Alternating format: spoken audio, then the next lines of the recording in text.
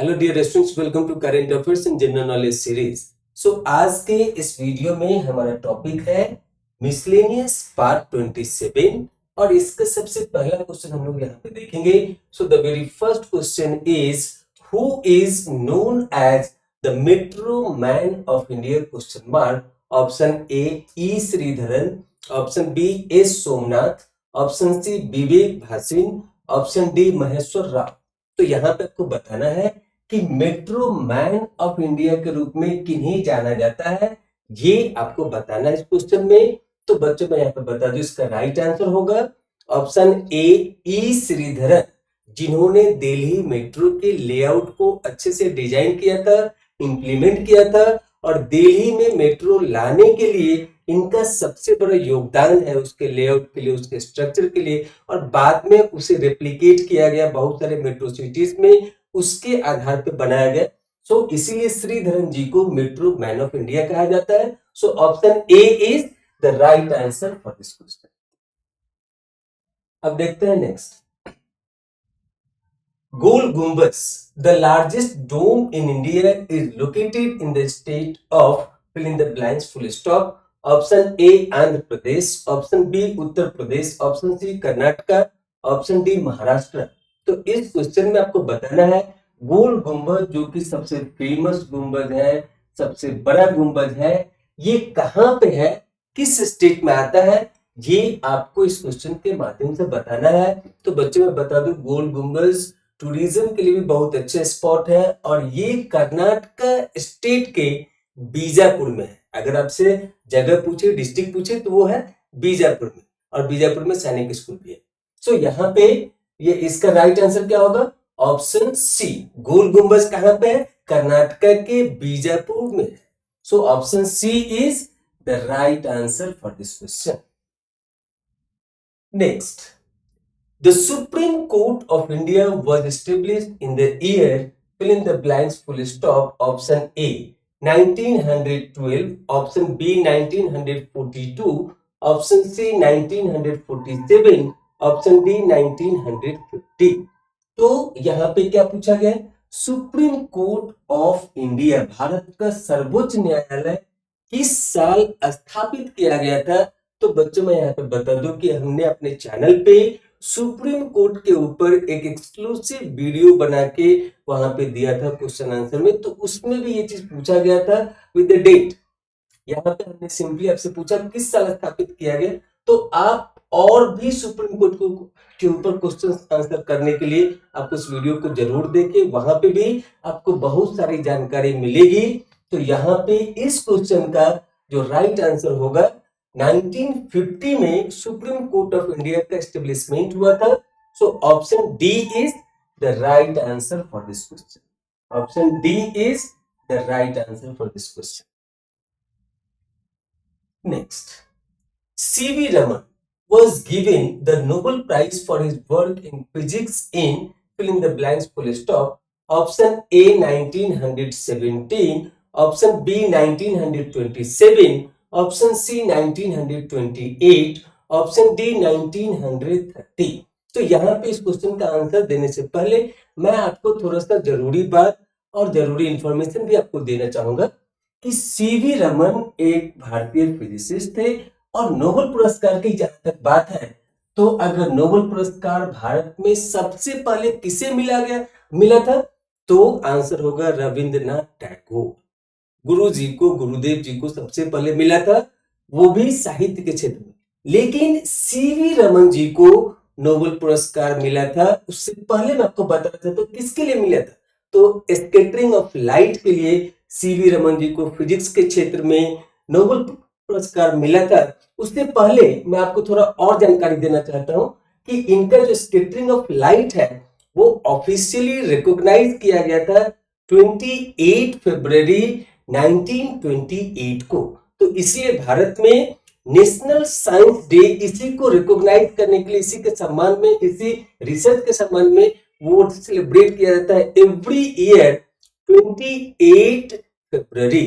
तो कब हुआ था, सीवी रमन जी का ये जो एक्सपेरिमेंट था वो सक्सेस हुआ था 1928 में, ऑफिशियली रिकॉग्नाइज हुआ था 28 फरवरी 1928 में। तो इसीलिए नेशनल साइंस डे सेलिब्रेट किया जाता है every year in India on 28 फरवरी।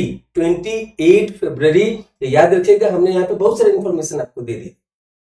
तो अगर आपसे पूछे कि कब वो रिकॉग्नाइज हुआ था, तो 1928 में। कब नेशनल साइंस डे सेलिब्रेट किया जाता है, तो 28 फरवरी में। लेकिन इस आविष्कार के लिए, स्कैटरिंग ऑफ लाइट के लिए जो इनको सम्मान मिला था, ये पहले भारतीय फिजिसिस्ट थे, इवन विज्ञान के क्षेत्र में एशिया के पहले पर्सन थे जिन्हें नोबेल पुरस्कार से सम्मानित किया गया था।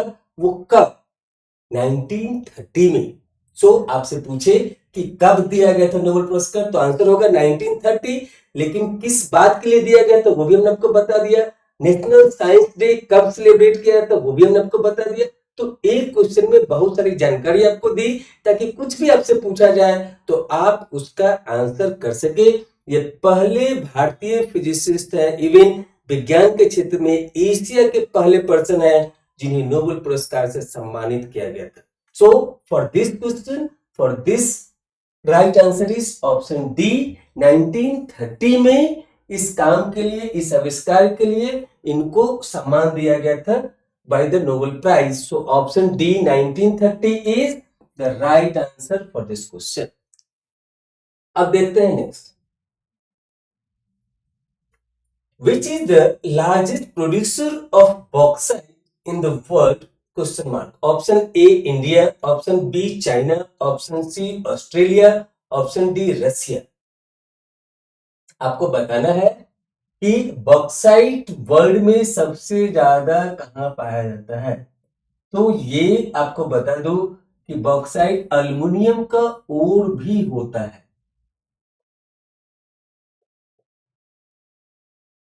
ये क्या होता है?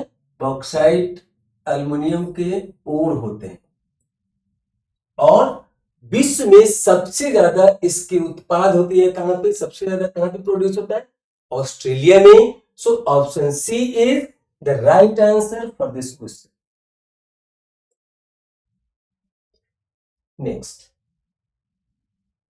The gland known as the master gland in our body? Question mark. Option A sweet gland, option B pituitary gland, option C salivary gland, option D sebaceous gland. So the right answer for this question is option B, pituitary gland। This is the right answer for this question। Next, which one of the following is not a communicable disease? Question mark। Option A cholera, option B tuberculosis, option C common cold, option D polio। तो यहाँ पे आपसे पूछा गया है कि कौन सा ऐसा रोग है जो छुआछूत से नहीं होता, किसी के छूने से नहीं होता है, ये आपको बताना है। तो इस क्वेश्चन का राइट आंसर होगा ऑप्शन ए कॉलरा। कॉलरा छुआछूत की बीमारी नहीं है। तो option A is the right answer for this question. Next, malaria is caused by? Option A virus, option B protozoa, option C bacteria, option D fungi. Malaria क्या चीज के द्वारा फैलता है, किसके द्वारा वो होता है, ये आपको बताना है कि मलेरिया का कारण क्या है। तो इसका कारण है protozoa. Option B is the right answer for this question. Next, which city is referred to as Manchester of India? Question mark। Option A Surat, option B Nagpur, option C Mumbai, option D Ahmedabad. तो बच्चों यहाँ पे बताना है आपको कि कौन से शहर को मैनचेस्टर ऑफ इंडिया कहा जाता है। कौन से शहर को मैनचेस्टर ऑफ इंडिया रेफर किया जाता है, ये आपको बताना है। तो अगर आपसे ये पूछे कि which city is called economic capital of India, तो आंसर होगा मुंबई। इसके लिए इकोनॉमिक कैपिटल। लेकिन यहां पे क्या पूछा है? Manchester of India. तो इसका राइट आंसर होगा ऑप्शन डी अहमदाबाद। तो दो इंफॉर्मेशन हमने आपको दिए यहाँ पे, कैपिटल सिटी मुंबई। लेकिन अगर पूछे मैनचेस्टर ऑफ इंडिया तो अहमदाबाद। तो आपकी जानकारी के लिए हमने आपको बताया। So option D is the right answer for this question. Next, the very important question here is question number 10. The first general election in India was held in fill in the blanks full stop. Option A 1947, option B 1949, option C 1950, option D 1952। तो यहां पे आपसे पूछा गया है कि पहला आम चुनाव इन इंडिया, भारत में पहला आम चुनाव आजादी के बाद कब हुआ था, ये आपको बताना इस क्वेश्चन के माध्यम से।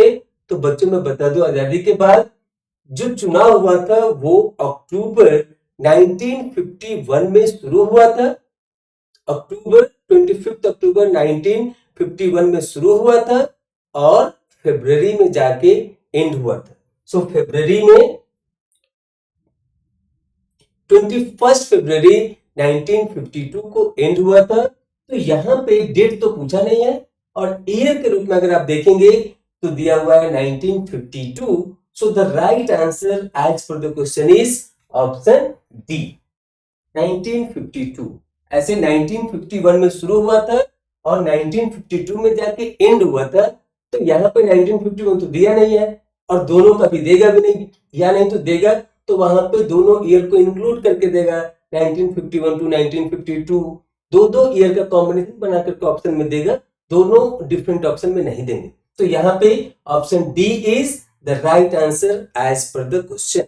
अब देखते हैं, अब आपकी बारी है, test yourself. So the question here is the title of governor general change to that of viceroy in the year fill in the blanks full stop. Option A 1857, option B 1858, option C 1872, option D 1875।